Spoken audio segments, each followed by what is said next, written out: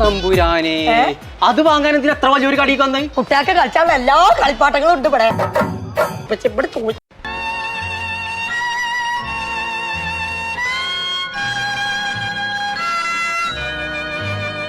ചോദിച്ചടങ്ങി നിക്കേ.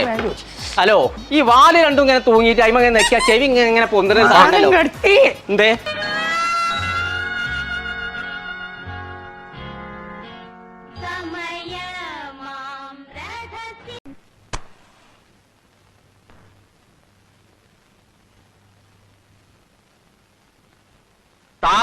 ഈ അർമാഫാണ് പറയുന്നത് മാഡം. പക്ഷേ ഇപ്പൊ പോരണ്ടായില്ല. എന്നാല് മേഡത്തിന്റെ ഇടവത്തിലൊക്കെ ഇത് കിട്ടുള്ളൂ. നമുക്കൊക്കെ കിട്ടും. അത് എവിടെയാണ്? ഇതാണ് ഉദ്ദേശിച്ചത്. ആ ഇതന്നെ തോൽക്കുക എന്ന് പറഞ്ഞ ഇങ്ങനെ ഒരു തോൽവി. എന്നാൽ എന്തുകൊണ്ട് നമ്മൾ തോറ്റു? ഒരു നാറികള് വോട്ട് ചെയ്തില്ല, അത് തന്നെ. ഞാനങ്ങനെ അങ്ങനെയൊക്കെ പറയാൻ പറ്റുമോ? അങ്ങനെയൊക്കെ പറയാൻ പറ്റുമോ? നമ്മള് നാളെയും കാണണ്ടേ? എട്ടാം ക്ലാസ്സിൽ പഠിക്കുമ്പം ഒരു അവലോകനമാണ് ഞാൻ ഉദ്ദേശിക്കുന്നത്. ഒന്ന്, വിഘടനവാദികളും പ്രതിക്രിയാവാദികളും പ്രഥമദൃഷ്ട്യ അകൽച്ച ഇനിയും കടന്നുറങ്ങാലോ. എനിക്ക് നടക്കാനൊക്കെ വയ്ക്കൂലേ? ഇജ്ജ് പീടിയേക്ക് നിജ്ജ് പോയിക്കൊണ്ടിട്ടോ. ഇപ്പൊ ഇതൊന്ന് വാങ്ങിയാണി.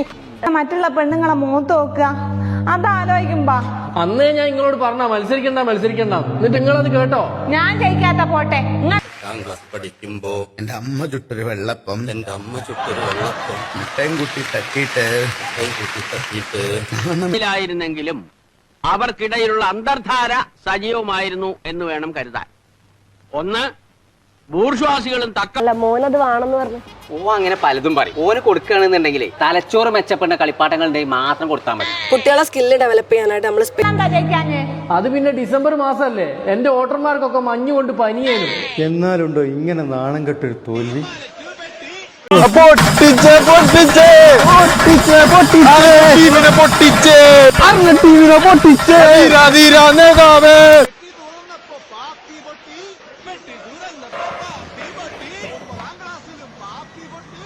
അവന്മാർ ആഘോഷിക്കും. ലക്ഷം പിന്നാലെ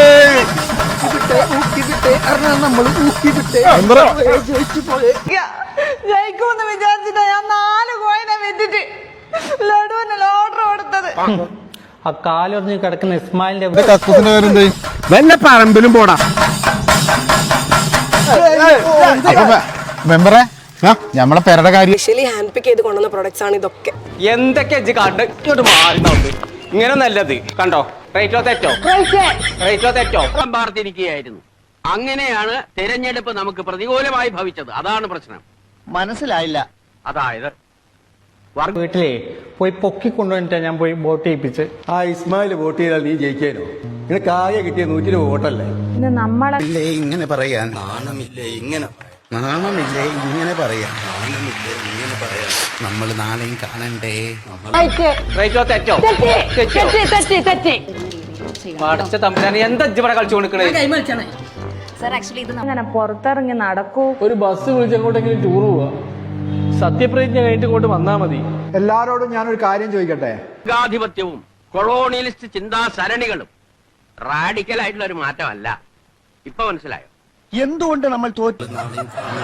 ഇങ്ങനെയൊന്നും പറയരുത്. ഉള്ളിൽ സങ്കടം ഉണ്ട് കേട്ടോ. നമ്മുടെ കുട്ടികളുടെ ഏജ് അപ്രോപ്രിയേറ്റ് ആയിട്ടുള്ള സ്കിൽസ് നമുക്ക് അനലൈസ് ചെയ്യാനും അതേപോലെ തന്നെ എക്സ്പീരിയൻസ് ചെയ്യാനുമായിട്ടുള്ള ഒരു എക്സ്പീരിയൻസ് സെന്റർ ആണ് നമ്മുടെ ജീനീസ് ലാബ് എന്ന് പറയുന്നത്. ഈ ഇലക്ഷനിൽ എന്തുകൊണ്ട് നമ്മൾ തോറ്റു? ആരും വോട്ട് ചെയ്യായിട്ട് അതൊന്നും അല്ല, ജനങ്ങളുണ്ടല്ലോ പണ്ടത്തെ പോലെ കഴുതകളല്ല. എന്നുള്ളത് ലളിതമായിട്ട് പറഞ്ഞാൽ എന്താ? ഈ പ്രതിക്രിയാവാദകവും കൊളോണിയലിസവും എന്നൊക്കെ പറഞ്ഞ് വെറുതെ കൺഫ്യൂഷൻ ഉണ്ടാക്കുന്നതിന് ഉത്തമം ഉണ്ടാതിരിക്കും. സ്റ്റഡി ക്ലാസ്സിലൊന്നും കൃത്യമായി ഇങ്ങനെയൊന്നും പറയരുത്. പ്രതിഷേധ പ്രകടനം സിന്ദാബാദ്. വരാത്തതുകൊണ്ടാണ് നിനക്കൊന്നും മനസ്സിലാവാത്തത്. കോട്ടപ്പള്ളിക്ക് മനസ്സിലായോ? എങ്കിലും ഒന്ന് പറഞ്ഞു തന്നാട്ടെ, നമ്മൾ എന്തുകൊണ്ട് തോറ്റു? കുമാരപിള്ള സാറ് നമ്മുടെ താത്വിക ആചാര്യനാണ്. തന്നെ അന്നെന്നാ ഇടക്കിടക്ക് കൊണ്ടുവരണം. എന്റെ തലച്ചോറ് ഇവിടുന്നേര് ശരിയായ കഴിച്ചിലായിരുന്നു. മൊത്തം ശരിയായി. ടീച്ചർ ശരിയാക്കി തന്നല്ലേ. വാ ഇപ്പൊ നമ്മൾ ഇലക്ഷൻ ഇറങ്ങുമ്പോ ഓരോ വീടുകളിൽ ചെന്ന് കുട്ടികളെ ചന്തയായി കൊടുത്തും തുണി അലക്കി കൊടുത്തും ചെന്ന് കഴിഞ്ഞാലൊന്നും ഇന്നത്തെ ജനങ്ങൾ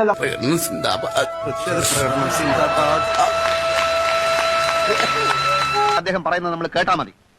എടോ ഉത്തമ, ഉൾപാർട്ടി ജനാധിപത്യം അനുവദിച്ചിട്ടുണ്ട്, ശരിയാ. നമ്മളെല്ലാവരും ഒരുമിച്ചിരുന്ന് ദിനേശ് വേടി വലിക്കും. എവിടെ ദാ ഇങ്ങോട്ട് നോക്കി. ആ ഇവിടെ ഞാൻ ബൈക്ക് വാങ്ങി. ദാ. അതിന് എന്റെ അടുത്ത് പൈസ ഉണ്ടോ? ആ ഉണ്ട്. എന്റെ കുട്ടി ഞാൻ വിളിച്ചാണ്ട് പൈസ കൊടുക്കണല്ലോ. ഏതാന്ന് നമുക്ക് വോട്ട് ചെയ്യൂല. തമ്മിലടിയും കുതികാല് വിട്ട് ഒഴിവാക്കി ജനങ്ങളിലേക്ക് ഇറങ്ങിച്ചെന്ന് അവരുടെ ആവശ്യങ്ങൾ എന്താണെന്നറിയണം. എന്നാൽ തോൽപ്പിച്ച മൂസായടാ നിങ്ങൾ തോറ്റാ മതി. എന്നും അതുകൊണ്ടാ എന്ന് വെച്ച് പാർട്ടിയിലെ ബുദ്ധിജീവികളെ ചോദ്യം ചെയ്യരുത്. മനസ്സിലായോ? ഒരു കാര്യം ഞാൻ പറയട്ടെ, പറയൂ.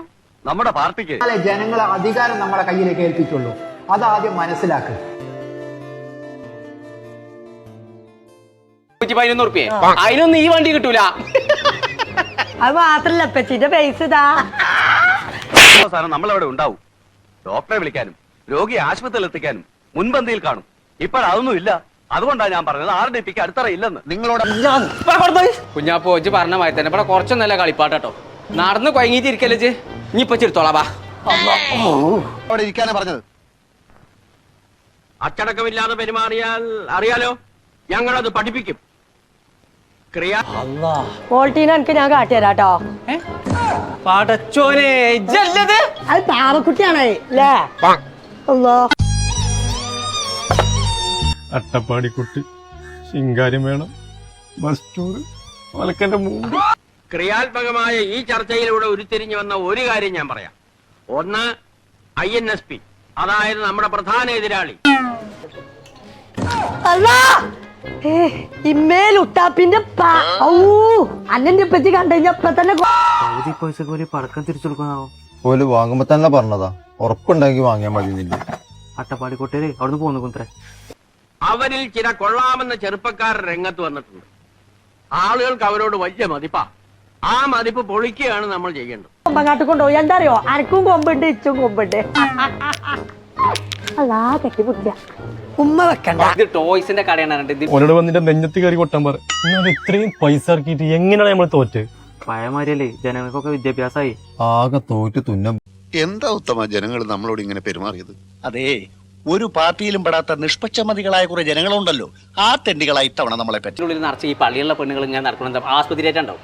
കുട്ടികൾക്കുള്ള മാത്രല്ല, പ്രഗ്നന്റ് ആവുന്നത് മുതൽ കുട്ടിക്ക് 14 വയസ്സാകുന്നത് വരെയുള്ള എല്ലാ സാധനത്തിനും ഇനി എന്താ നമ്മള് ചെയ്യാ? വാണം മുട്ട് കളിച്ചോ. എന്നാ ഞാൻ എന്തായാലും 10 ദിവസം മറുപടിക്കോട്ടെ. നമ്മുടെ ഗവൺമെന്റ് എന്തൊക്കെ ജനങ്ങൾക്ക് കൊടുത്തു. കൂടുതലും വാഗ്ദാനങ്ങളാ കൊടുത്തത്.